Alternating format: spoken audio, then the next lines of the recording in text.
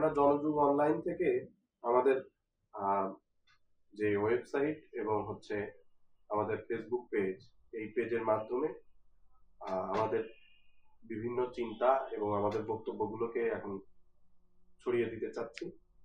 সেক্ষেত্রে আমরা জনযুগ অনলাইনে আগামী 14ই ফেব্রুয়ারি স্বৈরাচার প্রতিরোধ দিবস, সেই দিবসকে কেন্দ্র করে আমাদের 90-এর যে অভ্যুত্থান, সেই অভ্যুত্থান সম্পর্কে জানার আকাঙ্ক্ষা বা তাগিদ থেকে এবং বাংলাদেশে যে অভ্যুত্থান কিছুদিন আগেই 2024 সালের আমরা যেটাকে জুলাই অভ্যুত্থান বলছি, সেই জুলাই অভ্যুত্থানের পরে আমাদের ইতিহাস সম্পর্কে জানার যে তাগিদ সেটা আরো বৃদ্ধি পেয়েছে। সেই তাগিদ থেকেই আমাদের আসলে 90, আমাদের জুলাই অভ্যুত্থানের আগে সব থেকে কাছের অভ্যুত্থান হচ্ছে আমরা জানি যে 90-এর অভ্যুত্থান।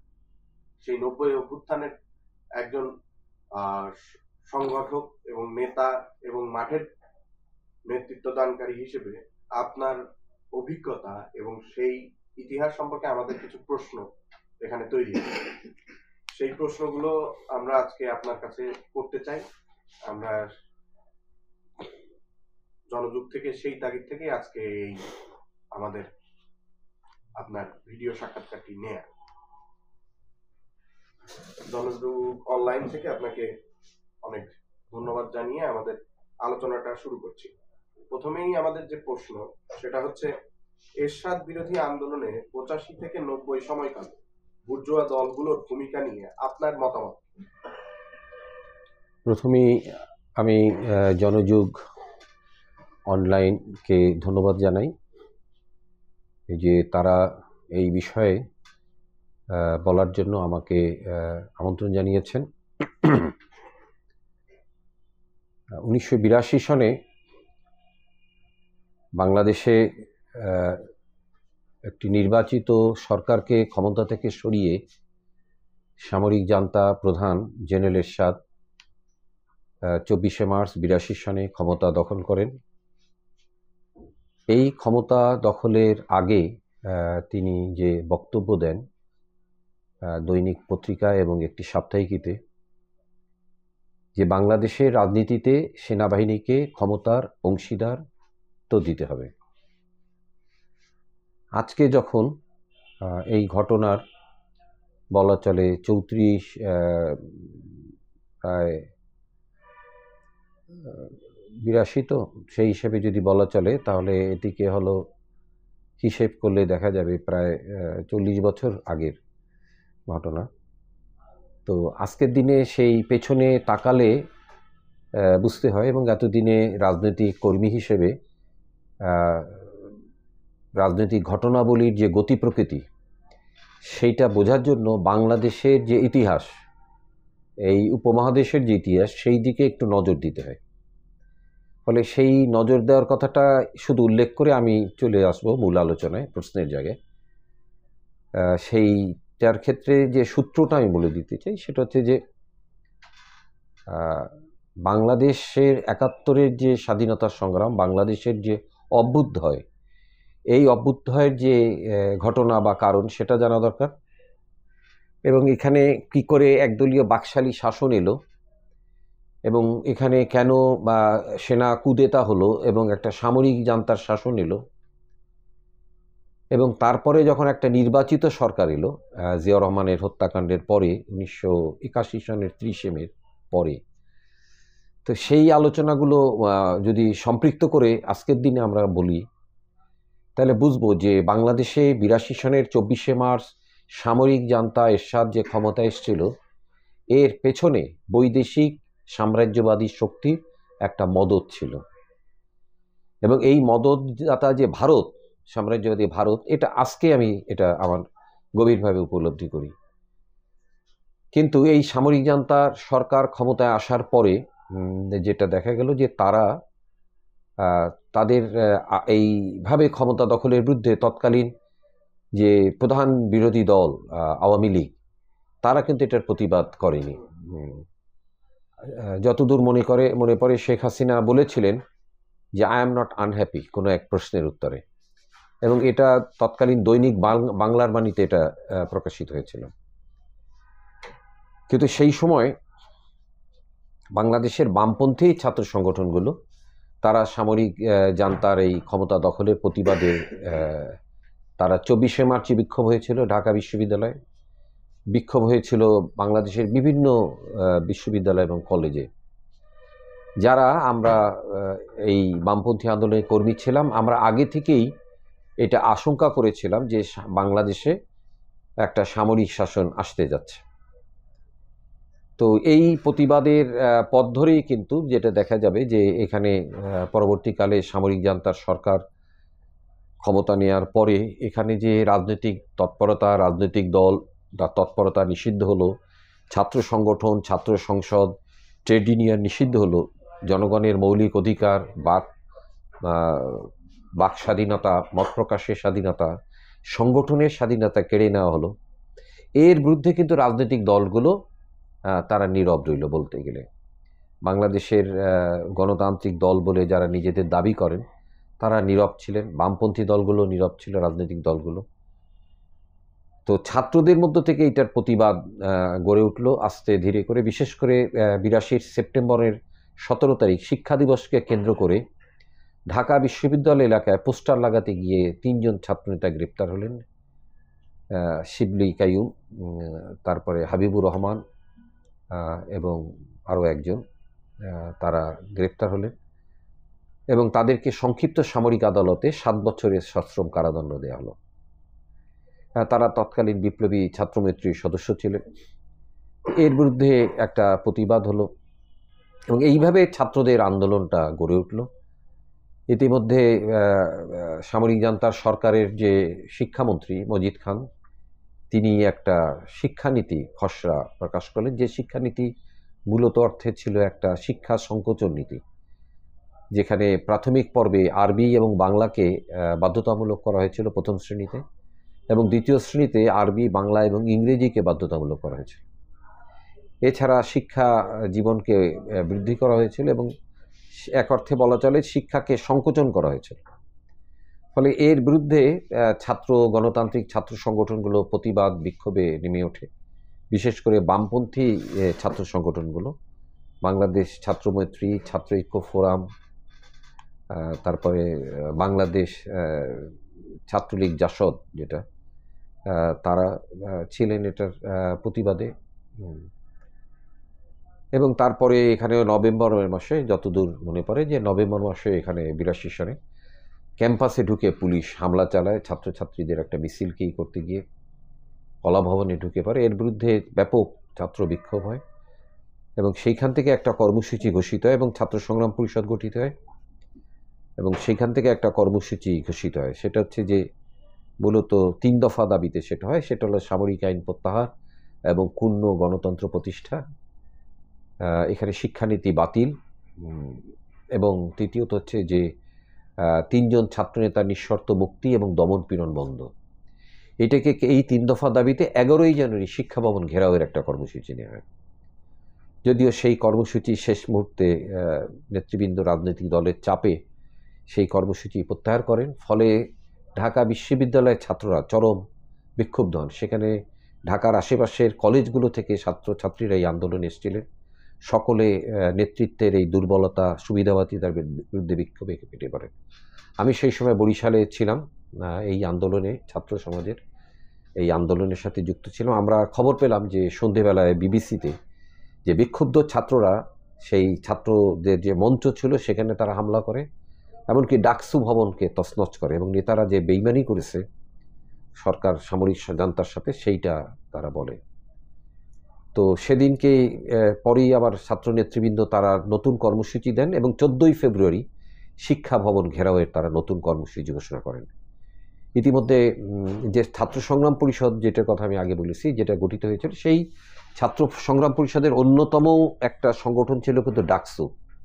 ডাকসুর ভিপি সেই সময় ছিলেন আখতারুজ্জামান এবং জিএস ছিলেন জিয়াউদ্দিন বাবলু। এই জিয়াউদ্দিন বাবলু কিন্তু শেখ এরশাদের দলে সে যোগ দেয়, এই আন্দোলনের সাথে বেইমানি করে, এবং পরবর্তীকালে সে একটা মন্ত্রিত্বের পদও পায়। যাই হোক, 14ই ফেব্রুয়ারি আন্দোলন তাতে থামে না। 14ই ফেব্রুয়ারি শিক্ষা ভবন ঘেরাওয়ের আন্দোলন হয় এবং সেই আন্দোলনের উপরে ব্যাপক পুলিশ হামলা চালায়, গুলি করে, এবং সেই হামলার ফলে সেইখানে জাফর জয়নাল, কাঞ্চন, দীপালি সাহা সহ, মোজাম্মেল সহ বহু ছাত্র নিহত হয়, আহত হয়।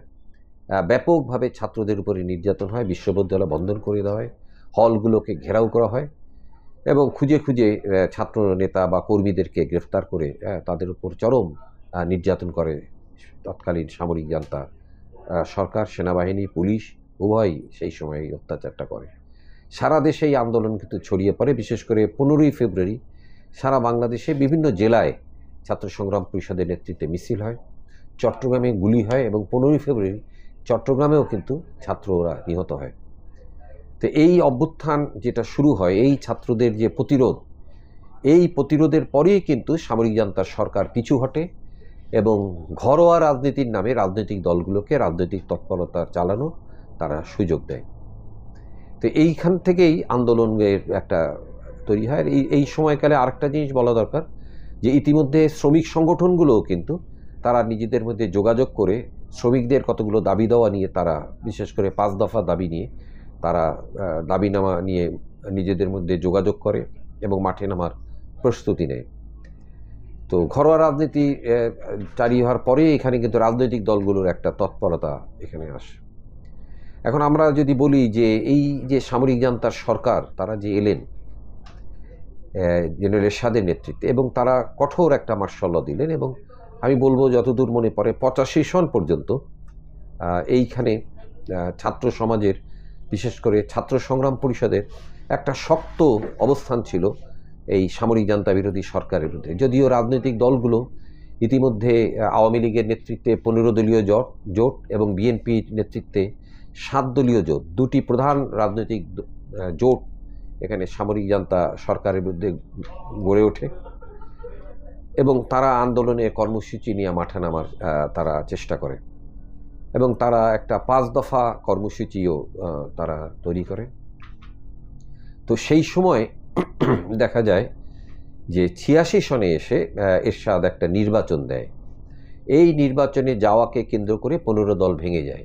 এখান থেকে 8 দল এবং 5 দল দুটো ধারা হয়। 5 দলে বামপন্থীরা যুক্ত হয় এবং 7 দল এবং 5 দলেরা উভয়ই জোট নির্বাচন বর্জন করে। তো এই নির্বাচনে কিন্তু আওয়ামী লীগ এই নির্বাচনে অংশগ্রহণ করে। আওয়ামী লীগের নেতৃত্বে সিপিবি, ন্যাপ, বাকশাল ইত্যাদি দল 8 দলীয় জোট তারা নির্বাচনে অংশ নেয়। নির্বাচনে অংশ নেয় জামাত ইসলামী, কিন্তু বিএনপি এবং 5 দলীয় জোট কিন্তু নির্বাচনে অংশ নেয় না, তারা বাইরে থাকে এবং তারা আন্দোলন করে। তো এই নির্বাচনের মধ্য দিয়ে দেশে একটা সংসদীয় সামরিক জান্তার সরকার তৈরি হয়। এরশাদের নেতৃত্বে জাতীয় পার্টি তারা একটা সরকার গঠন করে সেখানে এবং আওয়ামী লীগ সেখানে বিরোধী দল হিসেবে পার্লামেন্টে থাকে। তো এইভাবে নানাভাবে এইখানে এরশাদ রাজনৈতিক দলের সাথে, বিশেষ করে এইটা ক্রমশ জনগণের সামনে উন্মোচিত করতে থাকে যে শেখ হাসিনা এখানে এরশাদের সাথে একটা আঁতাত করছেন, যোগাযোগ করছেন এবং খালেদা জিয়া বিএনপির নেত্রী, তার একটা পরিচয় ঘটে যে তিনি আপোষ করছেন না, তিনি আপোষহীন। এইভাবে বাংলাদেশের রাজনীতিতে গণতান্ত্রিক আন্দোলনে এই চেহারাটা সামনে ক্রমশ বড় হতে থাকে 86 সনের পর থেকে। 86 সনের নির্বাচনের কে কেন্দ্র করে কিন্তু শিক্ষাঙ্গনে একটা সংঘর্ষ হয়। শিক্ষাঙ্গনে বিশেষ করে ঢাকা বিশ্ববিদ্যালয় আধিপত্য বিস্তারকে কেন্দ্র করে এবং সেইখানে ছাত্র সমাজের মধ্যে সংঘর্ষের কারণে সেখানে ছাত্র ইউনিয়নের একজন নেতা আসলাম তিনি নিহত হন। ফলে এর পরবর্তীকালে ছাত্র সংগ্রাম পরিষদটাও ভেঙে যায়। হ্যাঁ, ছাত্র সংগ্রাম পরিষদ যেটা ছিল ঐক্যবদ্ধ, তারা কিন্তু ভেঙে যায়। তো এইভাবে এটা এগুতে থাকে এবং পরে কিছুদিন পরে এখানে এরশাদ সেইখানে জেলা সামরিক জেলা পরিষদ সামরিকীকরণ একটা বিল হাজির করে ইত্যাদি নানা রকম গণবিরোধী পদক্ষেপ এরশাদের সরকার যখন নিতে চলে থাকে, তখন পার্লামেন্টে বিরোধী দল হিসেবে আওয়ামী লীগের পক্ষে সেগুলো মেনে নেওয়া কঠিন হয় এবং শেষে তারা পদত্যাগ করে। ফলে এরশাদ পার্লামেন্ট ভেঙে দিয়ে 88 সনে গিয়ে আবার একটা নির্বাচন দেন। এই নির্বাচনে আওয়ামী লীগ, বিএনপি সহ প্রধান দলগুলো তারা নির্বাচনে অংশ নেয় না, বামপন্থী 5 দলও নির্বাচনে অংশ নেয় না। কিন্তু আসম রবের জাসদ, এর মধ্যে জাসদের একটা ভাঙন ঘটে। আসামের রবের নেতৃত্বে জাসদ কিন্তু এই নির্বাচনে অংশ নেয়। এই সময় যে পার্লামেন্টটা হয় এরশাদের নেতৃত্বে গভর্নমেন্ট হয় 88 সনে, সেইখানে সম্মিলিত বিরোধী দলের নেতা হিসেবে আসম আরব হাজির হন এখানে, বিভিন্ন ছোটোখাটো দল মিলে। কিন্তু এইভাবে আন্দোলন চলতে থাকে এবং বলা চলে 90-এর যে ঘটনাটা, যেটা এখানে অভ্যুত্থানের হিসেবে আসছে, ইতিমধ্যে বাংলাদেশে গত 82 থেকে বলা চলে 90 পর্যন্ত, অভ্যুত্থানের আগ পর্যন্ত বাংলাদেশে কিন্তু কতগুলো গুরুত্বপূর্ণ আন্দোলন হয়েছে। বিশেষ করে ছাত্রদের আন্দোলন, যেটা আমি একটু আগে বললাম, 83 ফেব্রুয়ারি আন্দোলন। 84-তে কিন্তু একটা আন্দোলন হয় বিশাল, সেটা হচ্ছে মে মাসে। সারা বাংলাদেশে 22 ও 23শে মে শ্রমিক কর্মচারী ঐক্য পরিষদ তারা একটা 48 ঘন্টার ধর্মঘট দেন। সেই ধর্মঘটের মুখে 21শে মে রাতে এখানে এই শ্রমিক কর্মচারী ঐক্য পরিষদের নেতারা, যারা অধিকাংশই আবার যাদের মধ্যে অনেক বামপন্থী নেতারাও রয়েছেন রাজনৈতিক দলের, তারা একটা চুক্তি করেন এবং এই চুক্তির ফলে এই ধর্মঘটটাকে প্রত্যাহার করা হয়। বাংলাদেশের সমাজে আমি যেটা দেখেছি, যে বাংলাদেশের সমাজে এইরকম বাংলাদেশ প্রতিষ্ঠার পর শ্রমিকরা এইভাবে রাস্তায় নেমে আসেন, যেটা 84 সনের 22 এবং 23শে মেকে কেন্দ্র করে, 48 ঘন্টা ধর্মঘটকে কেন্দ্র করে শ্রমিকরা রাস্তায় নেমেছিলেন। ব্যানার নিয়ে, লাল সালুর ব্যানার নিয়ে নেমেছিলেন।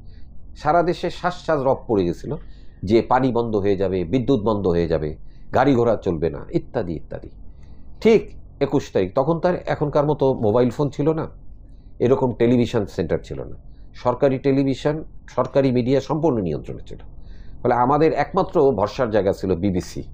7:30টার সময় আমরা বিবিসিতে শুনলাম যে ঢাকায় চুক্তি হয়ে গেছে 21শে মে।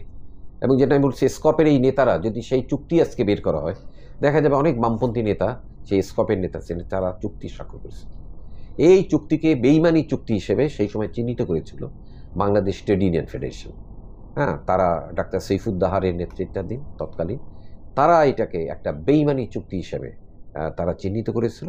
এই কারণেই যে এই চুক্তির মধ্য দিয়ে বাংলাদেশের শ্রমিকদের মজুরির ক্ষেত্রে একটা নির্ধারণ হয়েছিল, সরকারি আর বেসরকারি।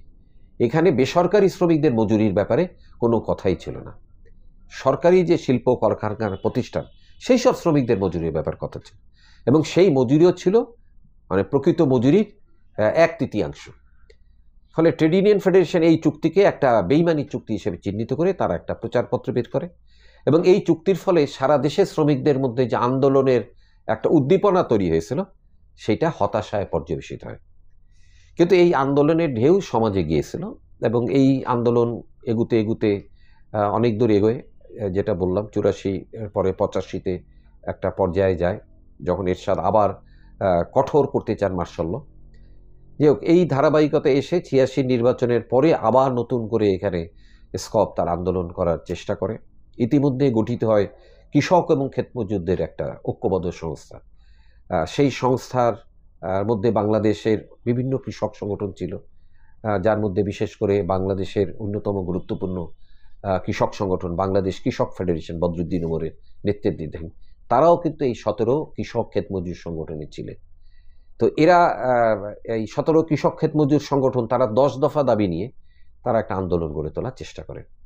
ভাই, এই প্রশ্নর সাথে আপনি যেটা আলাপ করছেন, তার সাথেই আমাদের আসলে প্রাসঙ্গিক প্রশ্ন আমরা আগেই চিন্তা করে রেখেছিলাম। তো সেই প্রশ্নটা হচ্ছে যে এই পুরোটা সময়, মানে এরশাদ বিরোধী যে 90-এর যে অভ্যুত্থান, সেই অভ্যুত্থানের পুরোটা সময় বামপন্থী পার্টি বা গ্রুপ, যে সংগঠন, ছাত্র সংগঠন বাদে, তাদের কি কর্মসূচি ছিল?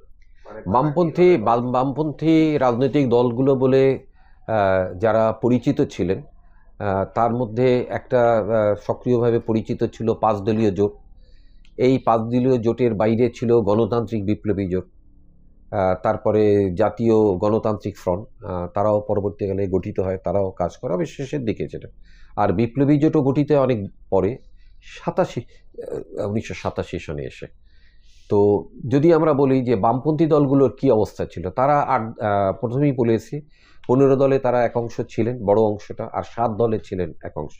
15 দলে ছিলেন ওয়ার্কার্স পার্টি, তারপর সিপিবি, তারপরে বাসদ, তারপর শ্রমিক কৃষক সমাজবাদী দল, সাম্যবাদী দল, দিলীপ বড়ুয়া এরা ছিলেন, তোয়া সাহেবরা। আর 7 দলে ছিলেন কমরেড টিপু বিশ্বাসের নেতৃত্বাধীন কমিউনিস্ট লীগ, তারপরে ঐক্য প্রক্রিয়া, এই 2টি বামপন্থী দলরা ছিল। পরে এই বামপন্থী দলগুলো, আমি যেটা বললাম যে নির্বাচনকে কেন্দ্র করে যখন 15 দল ভেঙে গেল, তখন নতুন করে গঠিত হলো 5 দলীয় জোট। এই 5 দলীয় জোটের সাথে আবার যুক্ত হলো গিয়ে কমিউনিস্ট লীগ এবং ঐক্য প্রক্রিয়া। তো এরা যেটা করলো, এরা 5 দফা একটা দাবি কর্মসূচি করলো। এই 5 দফাটা 8 দল নিয়েছে, এই 5 দফাটা 7 দলও নিয়েছে। 8 দল, 7 দল এবং 5 দল, তারা কিন্তু 5 দফা কর্মসূচি নিয়েছে। 5 দফার মূল ছিল সামরিক আইন প্রত্যাহার এবং নির্বাচন, সংসদ নির্বাচন। এইটা ছিল 5 দফার মূল। এইটা তারপর হচ্ছে সংবাদপত্রের স্বাধীনতা, এটা ছিল। তারপর বন্দি মুক্তির বিষয়গুলো ছিল, এরকম কতগুলো বিষয় সেটা ছিল। তো মূলত এটার কেন্দ্রীয় প্রশ্নই ছিল সরকারের সামরিক শাসন প্রত্যাহার এবং সংসদ নির্বাচন দেওয়া। এটা ছিল মূল প্রশ্ন তাদের। পরবর্তীকালে 88 সনে নতুন করে সর্বদলীয় কি বলে সম্মিলিত যে বিরোধী দল হলো এবং নতুন সরকার এরশাদ এলেন 88-এর নির্বাচনের পর, তখন কিন্তু একটা নতুন দাবি উঠলো। সেটা হচ্ছে 87 সনের পরই এলো। বিশেষ করে এখানে একটা বলা দরকার, যেটা গুরুত্বপূর্ণ, যে 87 সনে এই আন্দোলনটা কিন্তু অনেক উচ্চ মাত্রায় উঠেছিল। বিশেষ করে ঢাকা অবরোধ, 10ই নভেম্বর ছিল ঢাকা অবরোধ। এটা খুব গুরুত্বপূর্ণ একটা ঘটনা ছিল। যে নূর হোসেনের কথা আমরা শুনি, যিনি বুকে লিখেছিলেন স্বৈরাচার নিপাত চাক, গণতন্ত্র মুক্তি পাক।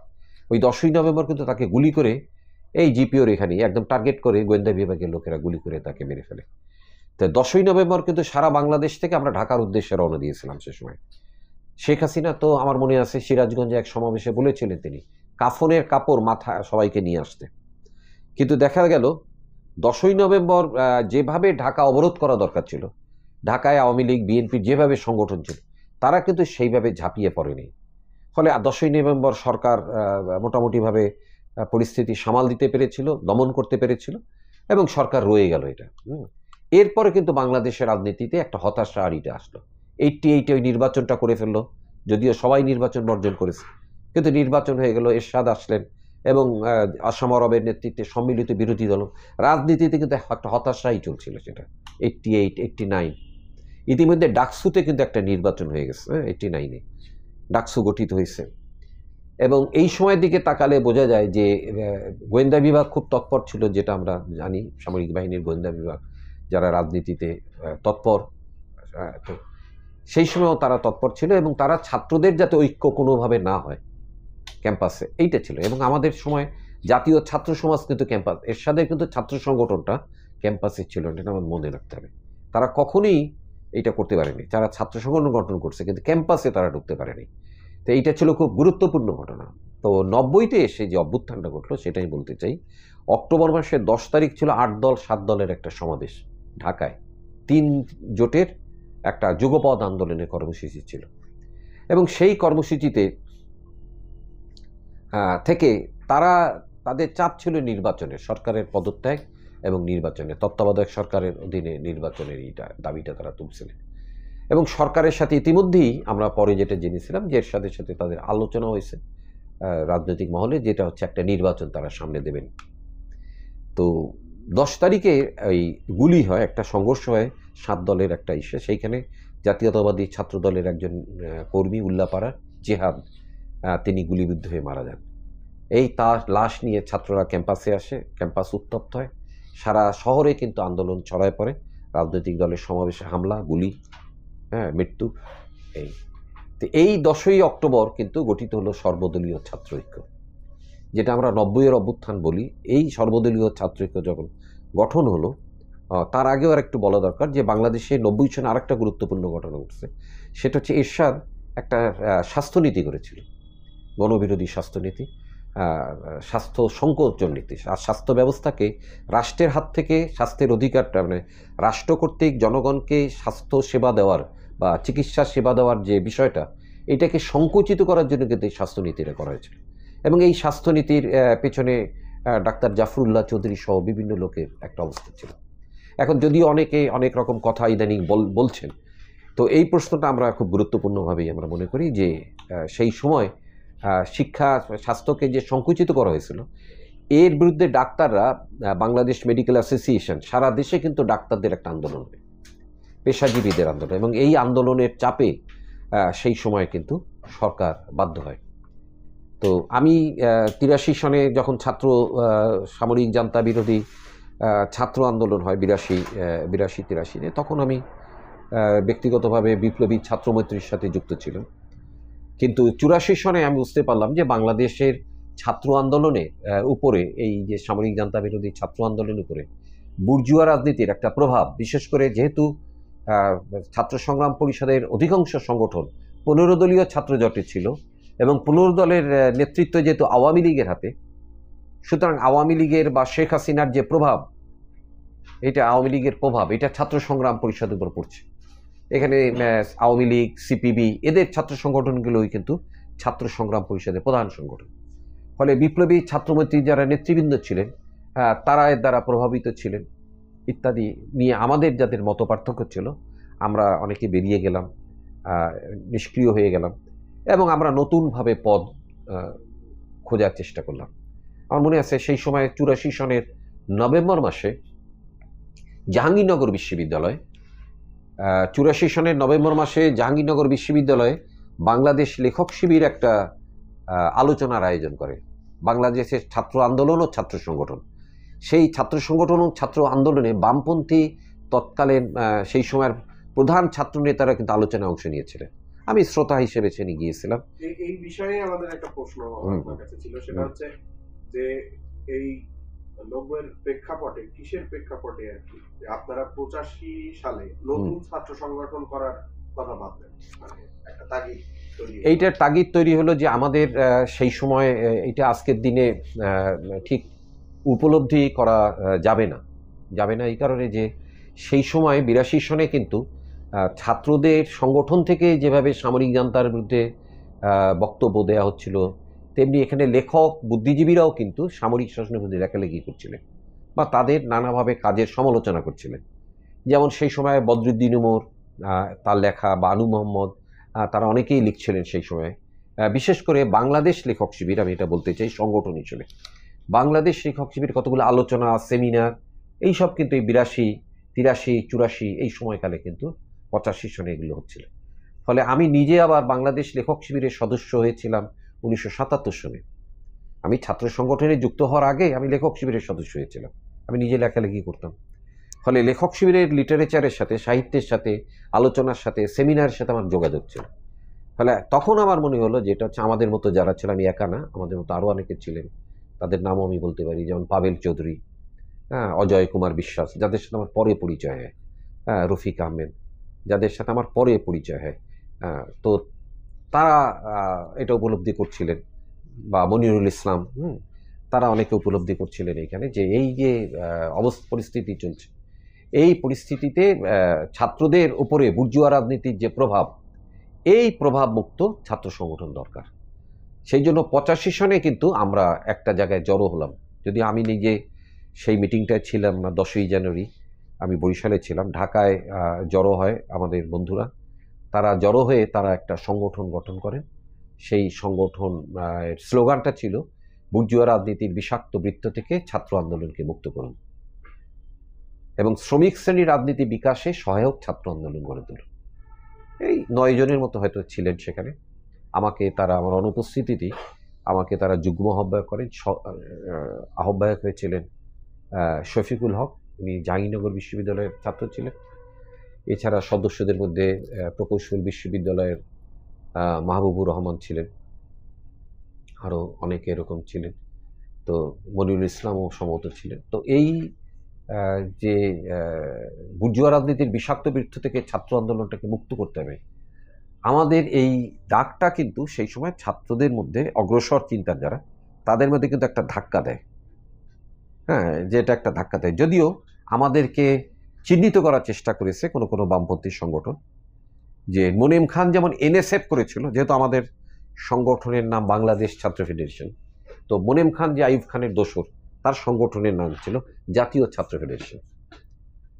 কিন্তু আমাদের মাথায় তো ছিল অন্য চিন্তা, আমাদের মাথায় চিন্তা ছিল যে বাংলাদেশ প্রতিষ্ঠার, পূর্ব বাংলা প্রতিষ্ঠার পর, উপমহাদেশ ভাগের পর পূর্ব বাংলায় যে কমিউনিস্ট পার্টির যে ছাত্র সংগঠন ছিল, তার নাম ছিল কিন্তু ছাত্র ফেডারেশন। কমিউনিস্ট পার্টির ছাত্র সংগঠনের নাম ছিল ছাত্র ফেডারেশন। সুতরাং এইটা আমাদের নামকরণের সময় আমাদের মাথায় এসেছিল এবং সেই হিসাবে আমি এই নামটা প্রস্তাব করেছিলাম। যদি আমাদের অন্য বন্ধুরা নানা রকম নাম দিয়েছিল, সেটা আমার, যেমন কেউ প্রস্তাব দিয়েছিল সংগ্রামী ছাত্র ঐক্য, আমি এটা একটা নাম হয় না সংগঠনে, ছাত্র ফেডারেশন নামটা এসছে। তো ওই সময় অনেকে অপপ্রচার করেছিল এটার বিরুদ্ধে, কিন্তু সেটা ধোপে টেকে নেই। আমরা একদিকে সেনা শাসন, সেনা সরকারের আমরা সমালোচনা করতাম ছাত্র ফেডারেশন থেকে, একই সঙ্গে আওয়ামী লীগ বিএনপির নেতৃত্বে বা বুর্জুয়াদের নেতৃত্বে যে কোনো গণতান্ত্রিক আন্দোলন মানে সফল হতে পারে না বা সঠিক পথে যেতে পারে না, এইটা ছিল আমাদের মূল বক্তব্য।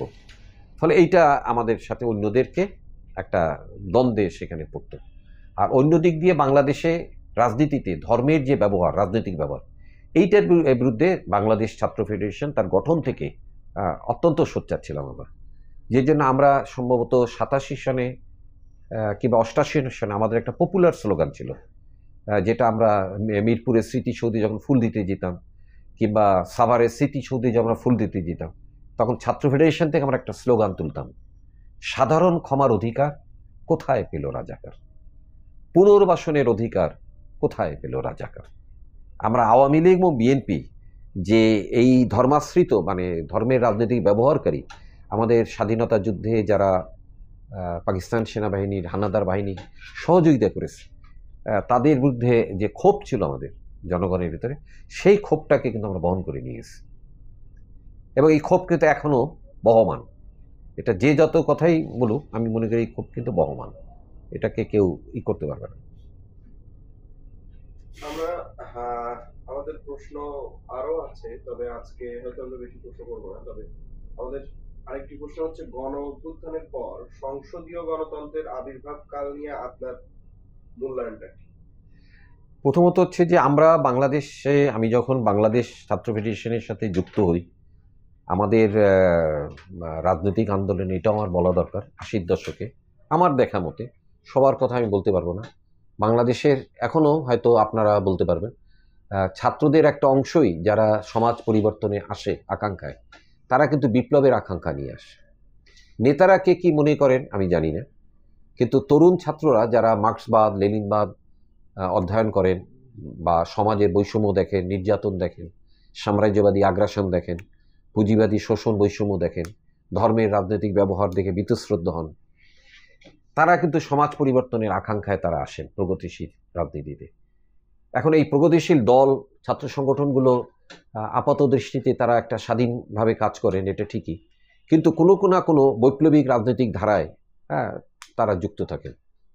এখন সেখানে দেখা যাবে যে বাংলাদেশে এই বামপন্থী যে দলগুলো, যারা নির্বাচনের মধ্য দিয়ে মাধ্যমে সংসদীয় পথে রাষ্ট্রকে অক্ষত রেখে যারা সমাজতন্ত্রের স্বপ্ন দেখেন, আমি বলবো যে 80-র দশকের আন্দোলন এবং আজকে এসে আমি বলবো যে তাদের চেহারা কিন্তু উন্মোচিত হয়ে গেছে। বিশেষ করে এই জুলাই অভ্যুত্থানে এসে আমি যদি বলি, একেবারে তারা চুরমার হয়ে গেছেন। বাংলাদেশে ক্ষমতা দখলের যে পথ, এই পথটা কিন্তু গণ অভ্যুত্থানের। এটা আমাদের আমি এখন জাতীয় মুক্তি কাউন্সিলের বর্তমান যিনি সভাপতি বদরুদ্দিন ওমর, উপমহাদেশের কমিউনিস্ট আন্দোলনের অন্যতম নেতা এবং সংগঠক। তো আমরা যখন বিপ্লবী জোটে যোগ দিলাম 87 সনে, উনি আমাদের সমন্বয়ক ছিলেন।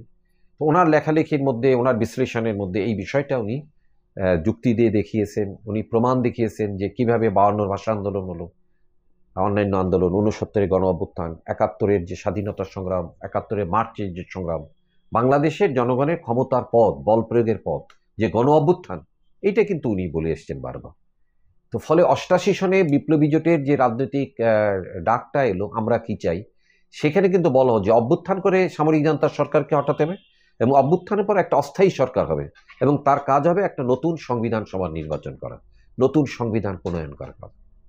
যে কথাটা আরও স্পষ্টভাবে 2003-এ বলা চলে, প্রায় 15 বছর পরে এসে জাতীয় মুক্তি কাউন্সিলের কনভেনশনে উনি আবার নতুন করে এটাকে উত্থাপন করলেন।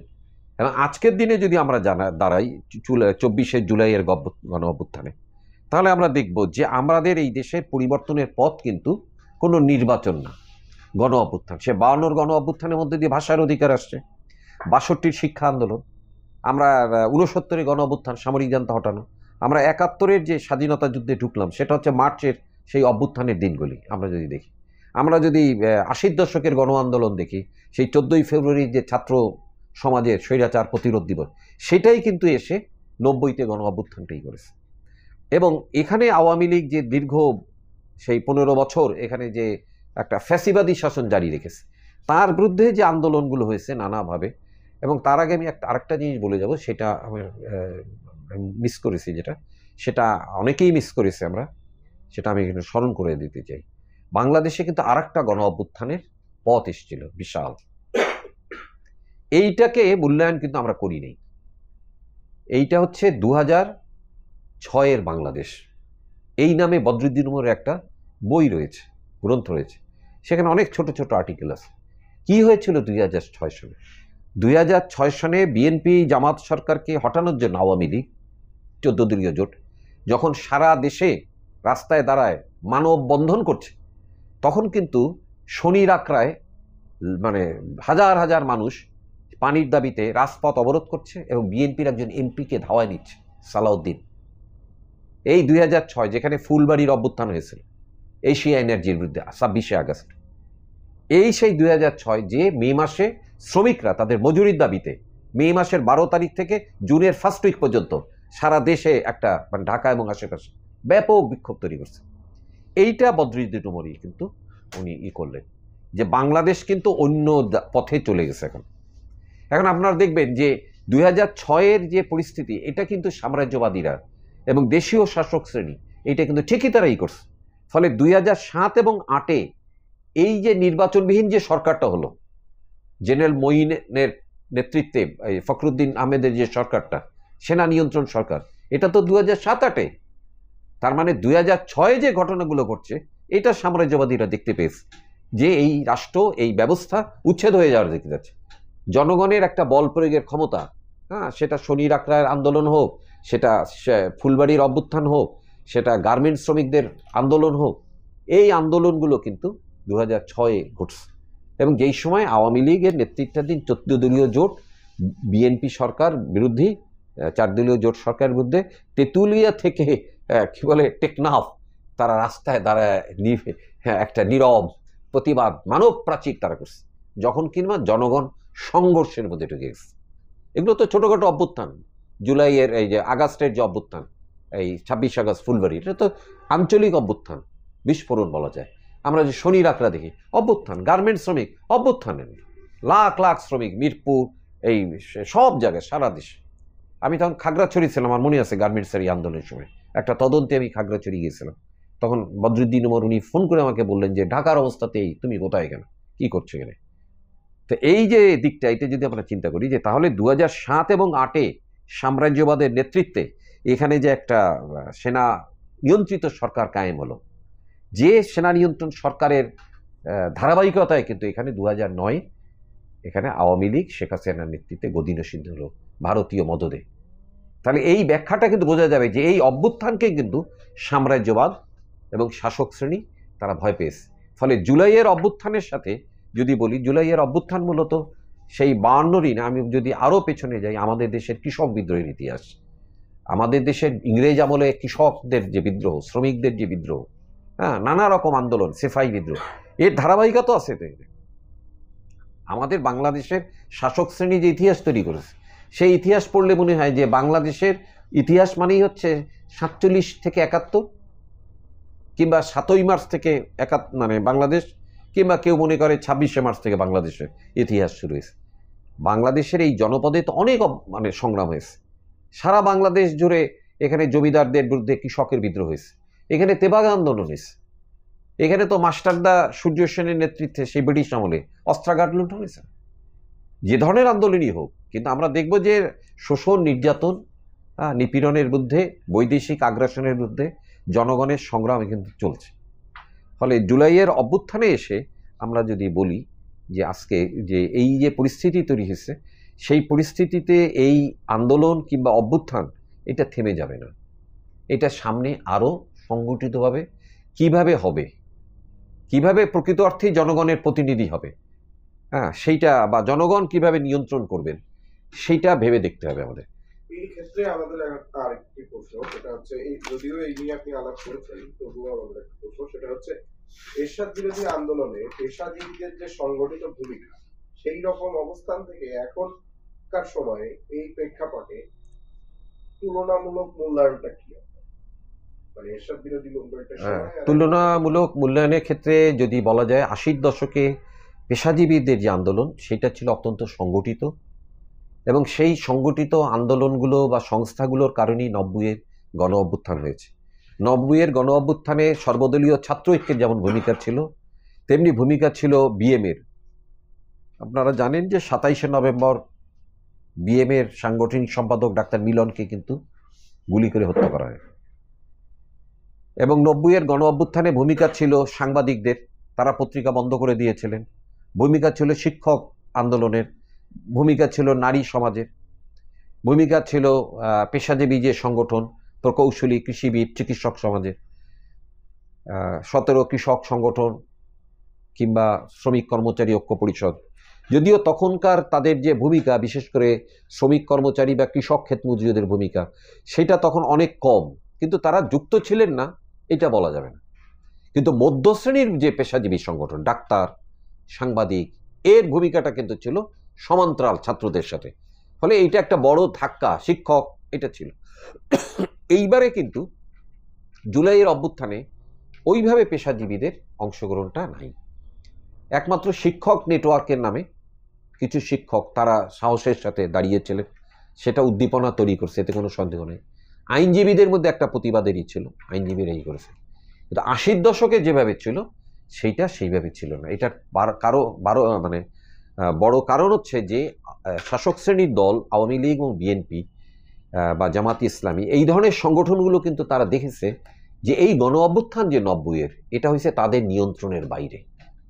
তারা তো গণ অভ্যুত্থান চান নাই, সুতরাং তাদের নিয়ন্ত্রণের বাইরে যেহেতু হয়েছে, তাহলে গণ অভ্যুত্থানের সংস্থা কি? এই সংগঠনগুলো।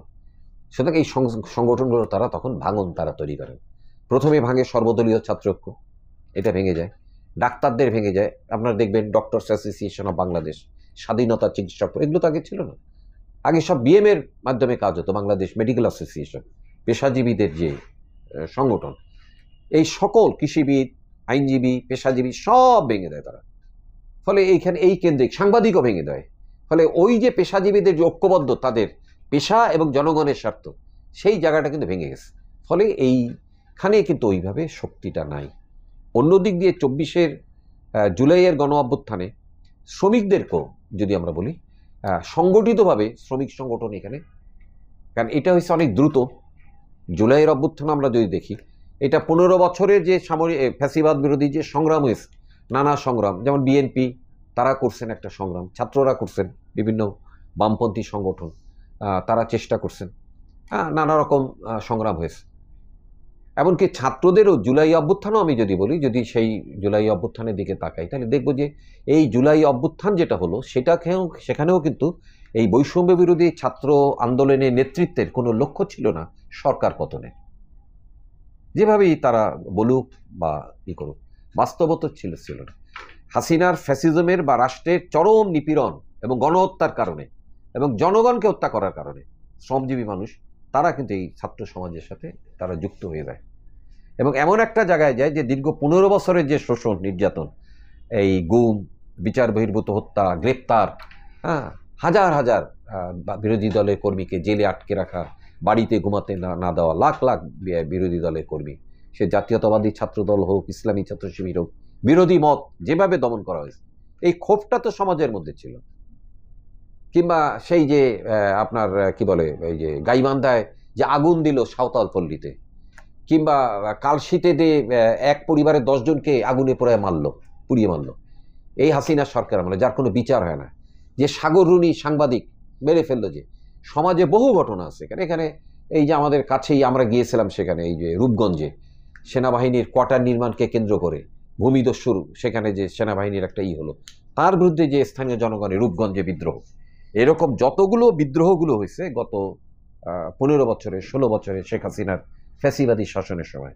এবং এই সময়ে বাংলাদেশের রাজনীতিতে ভারতের আধিপত্য, এই সময়কালে বাংলাদেশে জনগণের যে মত প্রকাশের স্বাধীনতা সেটা কেড়ে নেওয়া, ডিজিটাল নিরাপত্তা আইনে লেখক বুদ্ধিজীবীদের আটক করা, তরুণদের আটক করা, গুম করে ফেলা, কিংবা এই সময়কালে যেটা আমরা দেখি যে জনগণের ভোটের মাধ্যমে জনগণ যে তার প্রতিনিধি নির্বাচন করবে, সেই প্রতিনিধি নির্বাচনে ক্ষমতা কেড়ে নেওয়া, সে 2014-তে হোক, 2018-তে হোক, 2024-এ হোক, এই সব পুঞ্জীবিত হয়ে এইখানে যেটা বলা চলে যে একটা স্ফুলিঙ্গ দাবানল তৈরি করতে পারে।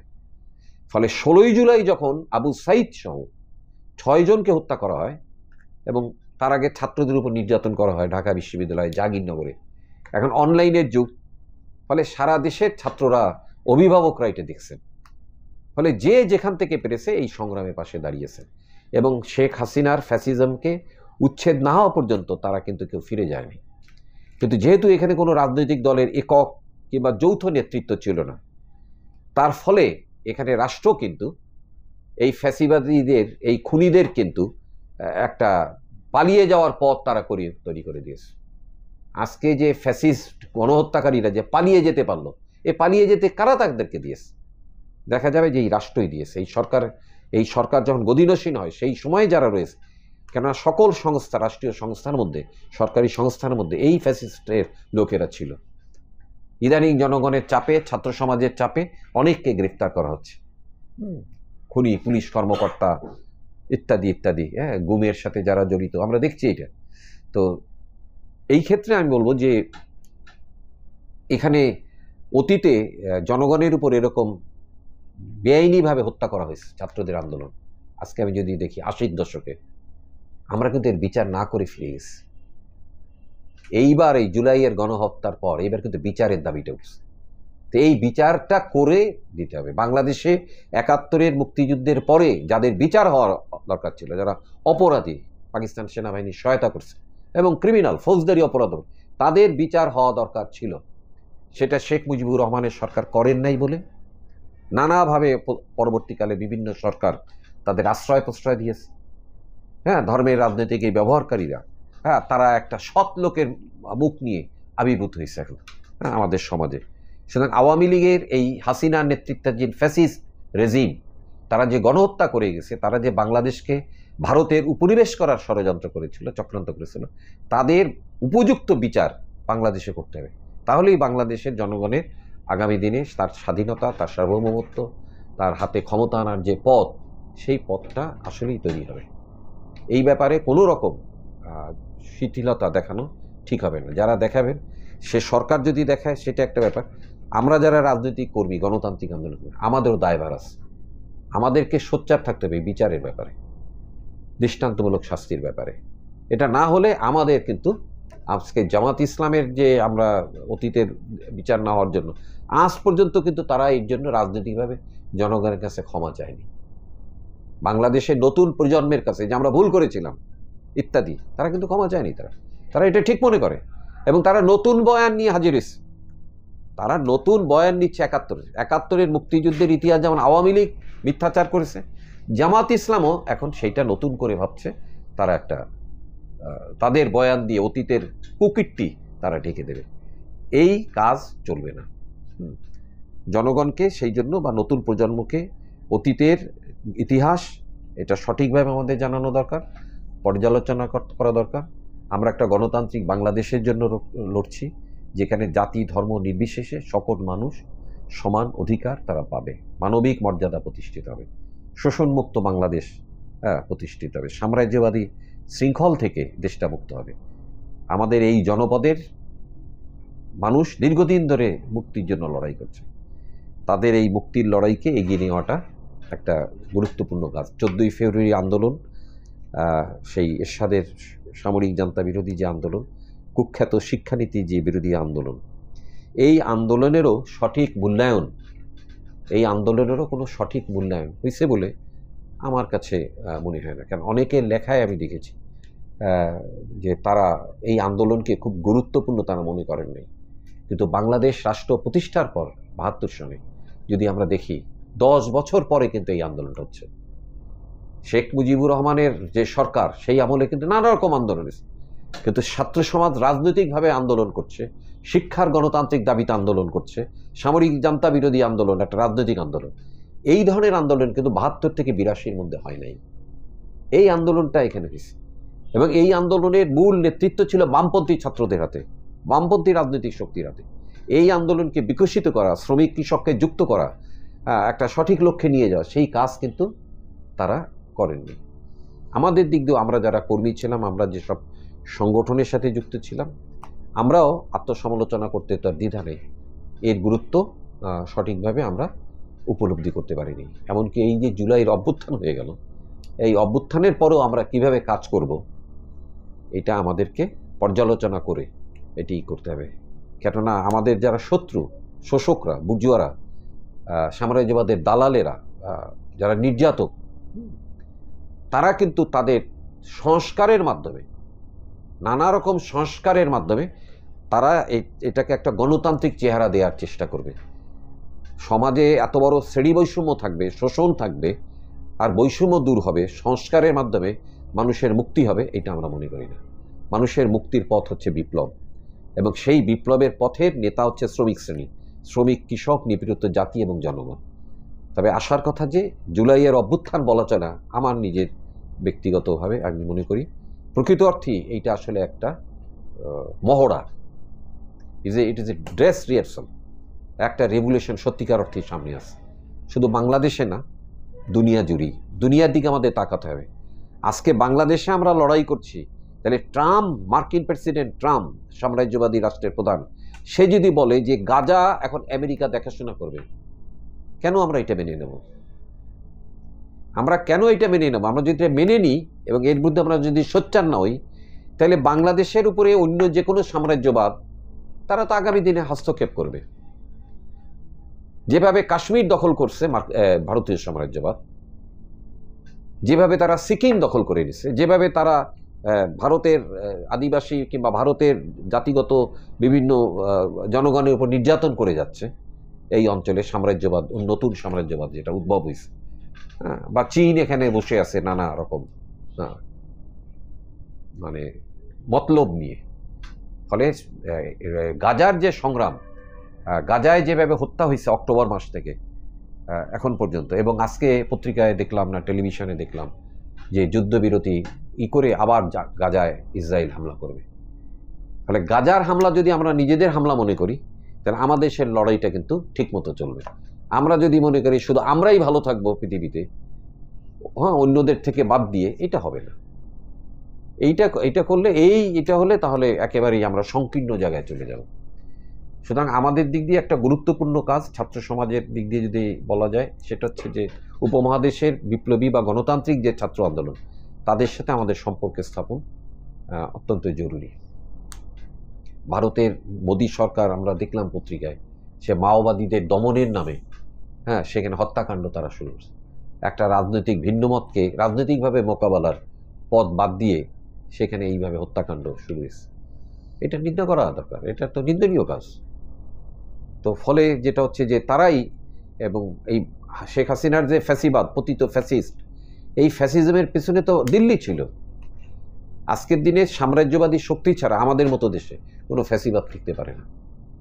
সুতরাং বাংলাদেশে ফ্যাসিবাদকে যদি গণতন্ত্র প্রতিষ্ঠা করতে হয়, তাহলে ভারত, মার্কিন, চীন, রাশিয়া প্রভৃতি সাম্রাজ্যবাদী শক্তির আধিপত্য, সে রাজনৈতিক হোক, অর্থনৈতিক হোক, সাংস্কৃতিক হোক, সেই আধিপত্য থেকে কিভাবে আমরা মুক্ত হতে পারি, সেই লড়াইটা কত সংগঠিতভাবে করতে পারি, এবং সেই লড়াইটা করতে গিয়ে দুনিয়া জোড়া সাম্রাজ্যবাদ, পুঁজিবাদ বিরোধী যে শক্তিগুলো আছে তার সাথে সম্পর্ক স্থাপন করতে পারি, সেইটা আমাদের বামপন্থী বিপ্লবী রাজনৈতিক দল বা সংগঠনগুলোকে খুঁজে বের করতে হবে। ধন্যবাদ।